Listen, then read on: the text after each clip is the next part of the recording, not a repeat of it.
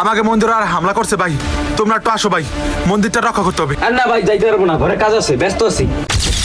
আমরা তো তোকে মন্দির হইছে, আমাকে মন্দিরে তো কিছু হয় না। আয় তো এদিকে আয়। আয় আয় আয়।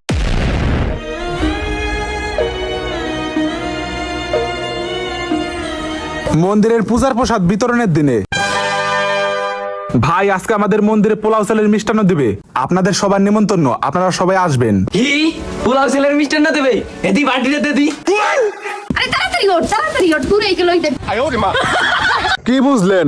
বর্তমানে হিন্দুদের এরকমই অবস্থা, ধর্ম মন্দির রক্ষার বেলায় কারো খবর পাওয়া যায় না ভাই, কিন্তু মন্দিরে পূজার প্রসাদ বিতরণের দিনে ভক্তের অভাব নাই। ভাই প্রসাদ খাওয়া পাপ না, কিন্তু মনে রাখবেন এই মন্দির যদি না থাকে তাহলে প্রসাদও থাকবে না। আজকে প্রশ্ন একটাই, আপনি কি শুধু প্রসাদের ভক্ত নাকি ধর্মের রক্ষক? যদি শুধু প্রসাদ ভক্ত হন তাহলে এই ভিডিওটা এড়িয়ে যান, আর যদি ধর্মের রক্ষক হন তো এই ভিডিওটা শেয়ার করে কমেন্টে জয় শ্রীরাম লিখে যান। রাম রাম।